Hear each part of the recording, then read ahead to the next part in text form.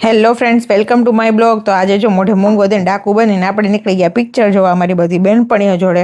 તો ત્યાં જઈને આપણે છે ને કોકટેલ ટુ પિક્ચર જોઈ નાખ્યું. જેનજીને બહુ ગમે એવું પિક્ચર હતું. ત્યાર પછી ગયા આપણે શોપિંગ કરવા માટે જો અહીંયા પહોંચી ગયા છીએ. હવે જોઈ કેટલું લઈ. ત્યાં મને દેખાઈ ગયો અરીસો. હવે આપણા હાથમાં જો આ વન પીસ આવ્યું છે, પણ આ મહેંદી કલર આપણે કાંઈ ગમતો નહોતો એટલે આપણે પાછો એને હતો ત્યાં મૂકી દીધો. એ પછી જો આ ચપ્પલ લીધા, મારા ફેવરિટ છે, પણ ઓલરેડી મારા પાસે હવા છે એટલે મારે એને મૂકી દેવાના જ હતા. એ પછી મારી નજર પડી આ કુર્તા ઉપર. આનો કલર કાંઈ ખાસ આપને ગમ્યો નહીં, આપને કંઈ શોભે એવો છે નહીં, મૂકી દો.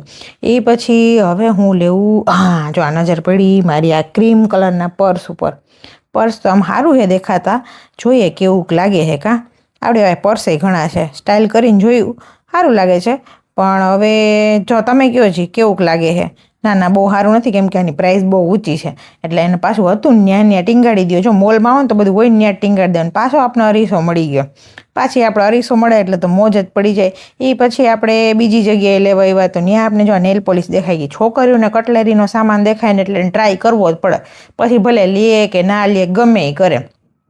એટલે જો મેં આવી રીતના આમાંથી બધી અલગ અલગ નેલ પોલિશ લઈને બધાએ અલગ અલગ નેલ્સ ઉપર ટ્રાય કરી લીધી ને જોઈ લીધી. ત્યાર પછી અમે લોકલ માર્કેટમાં જોવા નીકળીએ. ખાલી મોલ જ ના ફર્યો, અમે લોકલ માર્કેટમાં જઈએ. તો જો લોકલ માર્કેટમાંથી ઘણી એવી ખરીદી કરી લીધી છે અમે. અને હવે થાશું ઘર ભેગા. ત્યાં સુધી bye bye, Tata, C you.